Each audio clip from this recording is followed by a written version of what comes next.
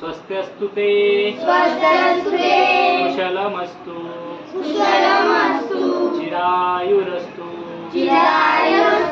विद्या विवेक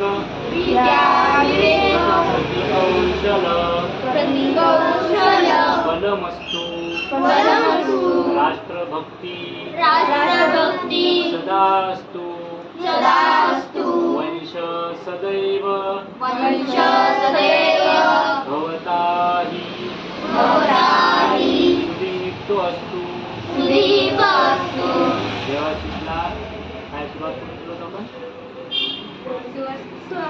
स्वस्त्यस्तु ते म्हणजे त्याला आयुष्य स्वस्थ लावू आपल्याला कुशल जे काही त्याच्या आयुष्यात करेल तो त्याच्यात कौशल्यपूर्ण स्किलफुल हो.